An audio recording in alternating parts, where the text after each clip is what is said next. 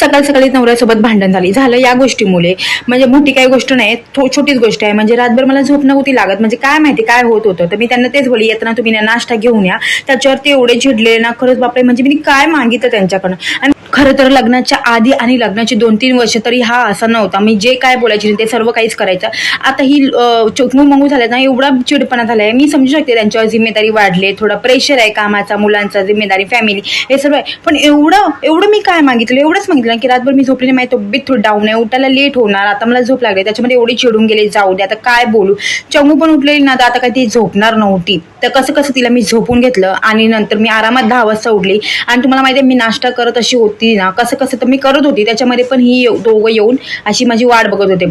तर जाऊ द्या, आज मी नाश्त्याला काही जास्त बनवलं नाही, कारण की शिराच बनवून घेतला. मी जाऊ द्या, आज तब्येत बरी नाही, पण आपल्या मुलांना शिरा आवडतो, सर्व कामं करून घेते. म्हणजे भांडी, कपडे तास धुवायचे नव्हते की एक दिवस सोडून एक दिवस, मग त्यांची आंघोळ करते. आणि खरंच एवढं गरम वाटत होतं आणि तब्येत पण डाऊन होती ना, म्हणून फटाफट सगळी कामं करून घेते. भांडी आणि कसं मी डाळ, भात, भाजी वगैरे सर्व बनवून घेतलेली. आता फक्त होतं मी जरा शॉवर घेऊन घेते ना, म्हणजे आंघोळ करून घेते ना, तर सर्व जरा एकदम फ्रेश वाटेल.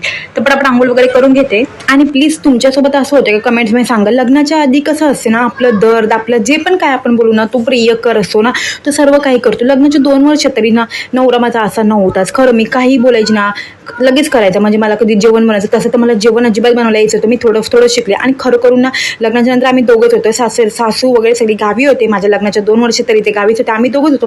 तर जास्त करून हॉटेलमधून जेवण यायचं. तर ते कशी सवय होऊन होते की बाबा हा आता काही बोललं तरी लगेच करणार, असं तसं. तर असं होतं. पण आता डायरेक्ट म्हणजे अशी जरा काय बोललो आणि मी कधी सांगते पण मला हे त्रास होतो, ते त्रास होतो, जरा पण नाही समजून घेत. आणि ते मला अजून त्रास होतो की तू पहिला कसा होता, आता कसं आहे. एवढं चेंजेस लग्न. लव्ह मॅरेज करणं खरंच चुकीचं आहे काय. म्हणजे लग्नाच्या आधी माणूस कसा असतो आणि लग्नाच्या नंतर माणूस कसा होतो, बापरे. खरं सांगू ना, सकाळी असं वाटत होतं ना, मी कशाला लव्ह मॅरेज केला.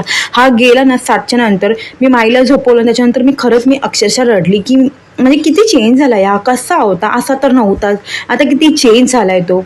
तुमच्यासोबत पण असं होतं की ज्यांनी लव्ह मॅरेज केले त्यांच्यासोबत.